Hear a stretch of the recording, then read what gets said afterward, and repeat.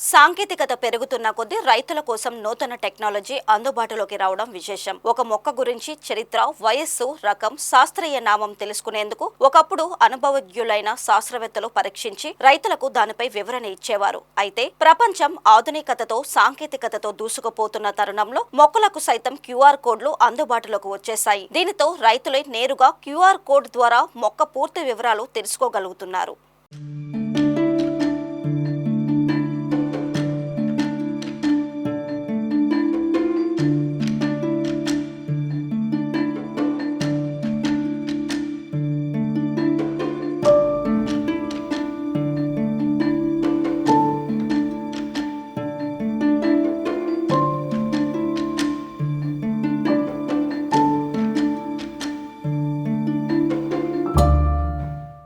భద్రాద్రి కొత్తగూడెం జిల్లా అశ్వారావుపేట నియోజకవర్గం కేంద్రంలోని ప్రొఫెసర్ జయశంకర్ వ్యవసాయ విశ్వవిద్యాలయ ఆవరణలో కళాశాల విద్యార్థులచే రూపొందించబడిన మొక్కలకు క్యూఆర్ కోడ్ విధానం ఎంతగానో ఆకట్టుకుంటుంది. బీఎస్సీ అగ్రికల్చర్ 4వ సంవత్సరం విద్యార్థులు సుమారు 6 నెలల పాటు కృషి చేసి కళాశాల ఆవరణలోని మొక్కలకు క్యూఆర్ కోడ్ను రూపొందించారు. కళాశాల విద్యార్థులు కేవలం తరగతి గదిలో విద్యాభ్యాసమే కాకుండా బోధించడం, నేర్చుకోవడం అనే నినాదంతో క్షేత్రస్థాయిలో పంటల సమయాల్లో కళాశాల వ్యవసాయ క్షేత్రంలో తిరుగుతూ వంగడాల సాగుపై మరింత అవగాహన పెంచుకుంటున్నారు. ఈ విధానంతో ఆయా పంటల సాగు విధానం సులువుగా నేర్చుకునేందుకు సాగుపై అవగాహన కోసం క్యూఆర్ కోడ్ పద్ధతిని ఉపయోగించుకుంటూ చదువుల్లో రాణిస్తున్నారు. ఈ క్యూఆర్ కోడ్ విధానాన్ని కళాశాల ఆవరణలోని 80 రకాల వంగడాలు, వాటి సాగు విధానం గురించి ఇంటర్నెట్లో సైతం పొందుపరిచారు. వంగడం, రకం పేరు, మొక్క, విత్తనం నాటిన సమయం, వాటి జీవితకాలం, ఆశించే తెగుళ్లు,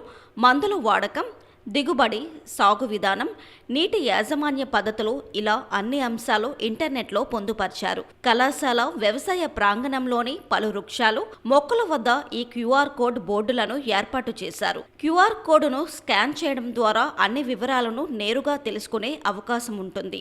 ఈ విధానం తెలుగు రాష్ట్రాల్లోని వ్యవసాయ కళాశాలల్లో ఇక్కడే ప్రథమంగా ప్రవేశపెట్టడం విశేషం. ఈ విధానం విద్యార్థులకు, రైతాంగానికి ఎంతో ఉపయోగపడుతుంది. తరగతి గదిలో అధ్యాపకులు బోధించే పాఠ్యాంశాలు వినడంతో పాటు క్షేత్రస్థాయిలో సాగు చేసిన పంట భూముల్లోని మొక్కల వద్దకు వెళ్లి అక్కడ ఏర్పాటు చేసిన క్యూఆర్ కోడ్ను స్మార్ట్ ఫోన్తో స్కాన్ చేస్తే వాటి పూర్తి సమాచారం, వివిధ ఫోటోలు వస్తాయి. విద్యార్థుల్లో నేర్చుకోవాలనే ఆసక్తి కూడా పెరుగుతుంది. అంతేగాక ఈ కళాశాలను సందర్శించిన వేరే ప్రాంతాల విద్యార్థులు పంటల సాగు గురించి తెలుసుకునే అవకాశం ఉంటుంది. ఈ కొత్త విధానం విశ్వవిద్యాలయం చరిత్రలో మరో మైలురాయి అనే చెప్పాలి.